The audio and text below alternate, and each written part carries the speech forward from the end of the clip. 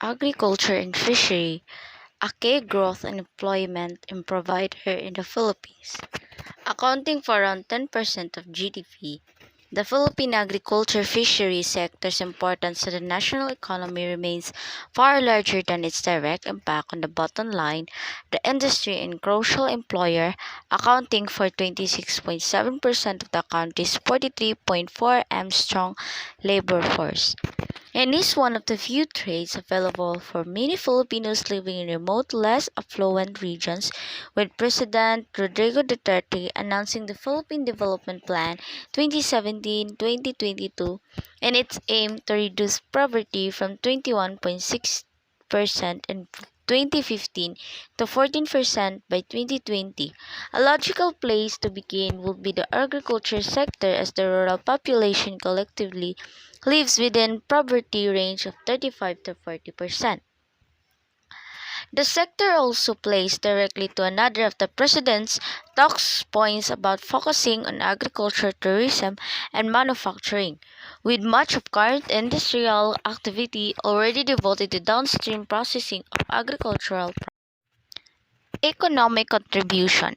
Although agriculture's contribution to national revenues has been diminishing proportionately as overall economic growth has surged in recent years, the value of both agriculture exports and sectors as whole continues to expand.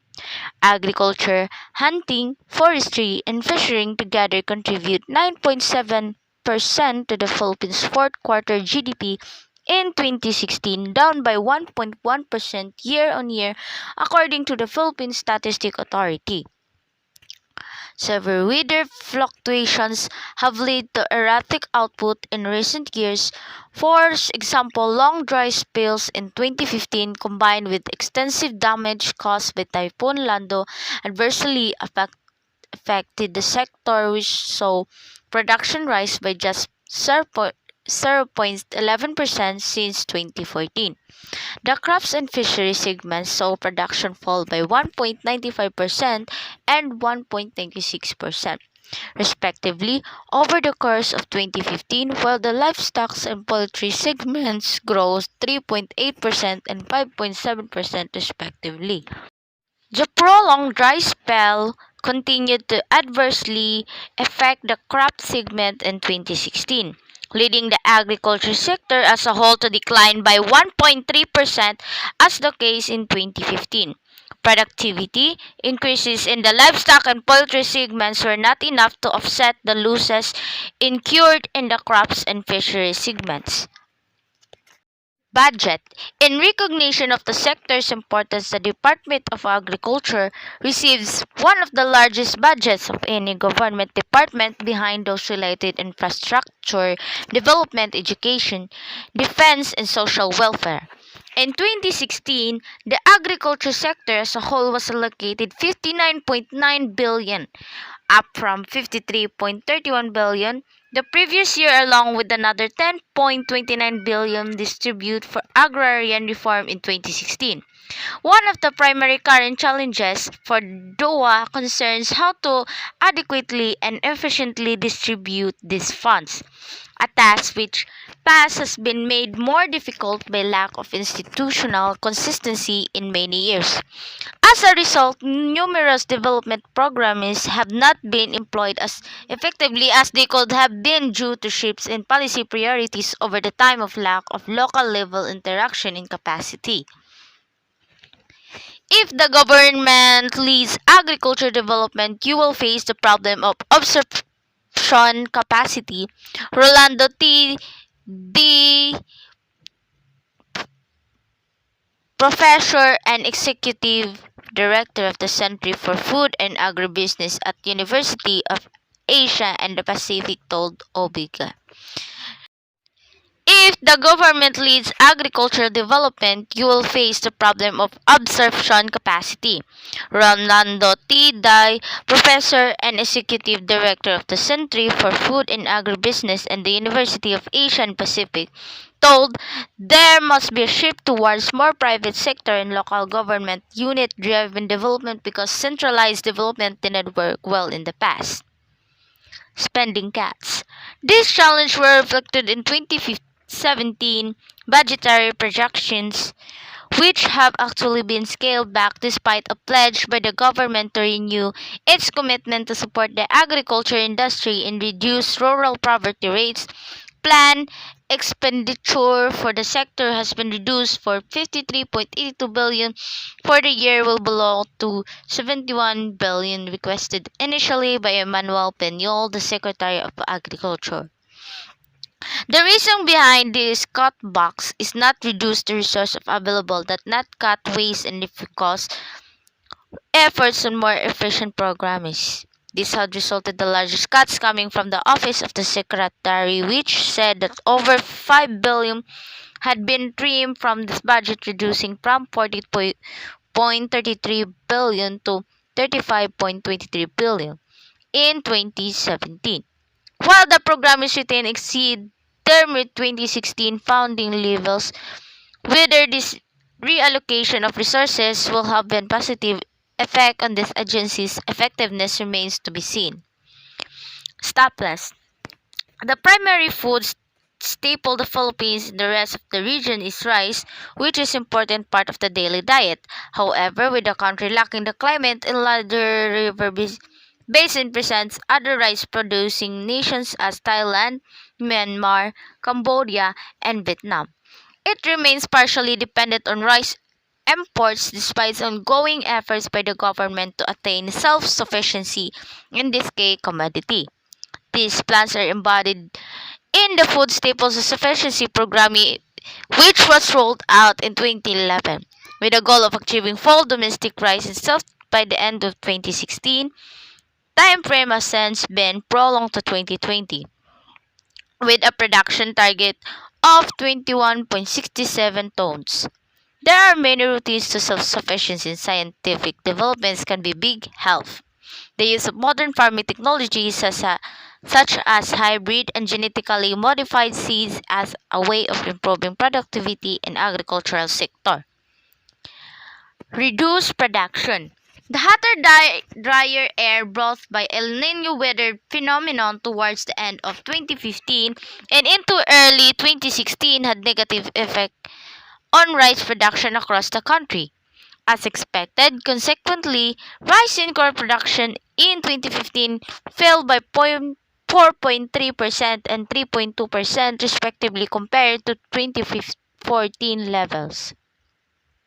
The total rice harvest for 2015 was 18.2 m tons, with yields dipping slightly from 4 tons per year in 2014 and 3.9 tons in 2015. This trend continued into 26 as rice production for the first half of year declined by 8.1% from 8.2 tons to 7.6 m tons as a result of lower yields and contraction of total harvest area from 2.06 m to 8.93 m ha. Surprisingly, officially approved imports did not see a dramatic rise in 2016 to compensate,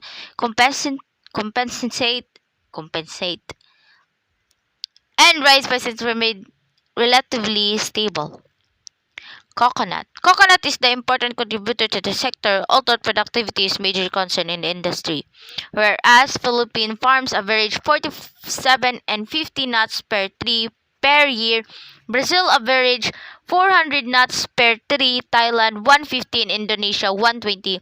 Although Thailand has only 1 ha devoted to coconut, it produces 3 times an amount the Philippines does. Tuna. Municipality operation for school fish has mackerel. The sardines provide the backbone to local fish production. Fish from this source and primarily for domestic consumption, while commercial fleets supply waters of the Pacific Ocean in search for stock for the country's export industry. Tuna is by far Philippines' top seafood export commodity with collective volume of 583,000 tons of fresh, chilled, frozen, smoked, dried, and canned tuna products shipped in 2015 worth of $767 m. According to the most recent data available from Bureau of Fisheries and Aquatic Resources, tuna constitute bulk tuna products exported with primary markets including the US, Japan, and the UK. Foreign waters. Unfortunately, of these companies, the productivity of domestic tuna grounds has waned in recent years as the years supplying this operation with the bulk of their fish are now located largely outside the country's territorial waters in nations such as Indonesia, Papua, New Guinea, and the Solomon Islands, Kiribati, and others.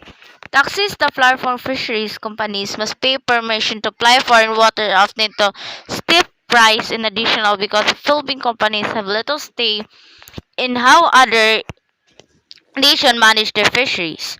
Despite these challenges, the vessels supplying Philippine-based tuna operation have been able to increase their landed catch each year since 2011, when total of 330,010 tons of skipjack, yellowfin, big eye tuna were landed. The annual total increase of 387 and 804 tons by 2015 as the primary contributor to production growth. Agriculture will drive in the future fisheries in the Philippines. The subsector will definitely play a key role within country's broader food self-sufficiency goals under the present administration. Vessel Day Scheme. An example of the importance of distant water operation is one of the country's largest fishing outputs of Frebeli Fishing Corporation, which sources virtually of its tuna exports from Papua New Guinea fisheries. To gain access to bountiful waters and foreign flag vessels must be on fishing rights through Vessel Day Scheme. Agrarian reform. With large portions of population still heavily reliant on agriculture sector, particularly in less affluent rural areas of government continues to mindful the protection of small landowners for increased competition from larger agro-industry players and lost cost of imports. Corporation farming is very difficult in the Philippines. Michael Cabales, president of Allied Botanical Corporation, told lots of investors want to come here, but because of the agrarian reform law, there are a restriction. Foreign companies are not allowed to own land, so it's difficult. As a result, this limitation farmers are companies seeking to take advantage of economies of scale are forced to think more creatively in order to capitalize on the larger merchandise, more efficient operation necessary to the competitive and globalized agriculture industry. Consolidation. Under the land reform, managing larger farms is still possible providing there is an agent of change that will consolidate small farms. Small farms will need to consolidate to achieve economies by scale in inputs, procurement, farm operation, financing, and marketing. This can be affected by the private sector. Local government unit will manage cooperative, but this still second best solution for the free land market. Insurance. Despite the best efforts of the public-private sectors to consistently boost the yields and quality of their output, each year agriculture sector remains at the mercy of nature. Prolonged this spell can kill crops, typhoon can uproot plantings, and white of aquaculture pains and heavy seas can inundate low-lying farms with salt water. Typhoon threat. Further evidence of the risk can be seen in the rash-damaging typhoons that have struck the Philippines over the past decade, including the deadliest storm of record to hit the country, Typhoon Haiyan, known locally as Typhoon Yolanda, which was responsible for thousands of deaths in 2013. While millions more are displaced, billions of dollars worth of damage was racked up. These funds have contributed 1.83 billion each year since 2014 for the insurance program is supplemented by PCIC's own budget, which has increased substantially from 1 billion in 2013 to 1.6 in 2016, with requested budget of 20.2 for 2017. To distribute to promote the products throughout the countryside, and PCIC staffs engage local government units, lending institutions of outreach partnership. Outlook. Domestically, the Philippines agriculture sector will continue to play an important role both both economically and socially supplying food for the nation's table while providing employment for millions of people, including many of its poorest. However, in order to fully capitalize in these opportunities, both public and private sector will be needed to follow through implementing a wide range of much needed reforms aimed boosting domestic efficiency and bringing the country's agricultural productive closer to the regional competitors.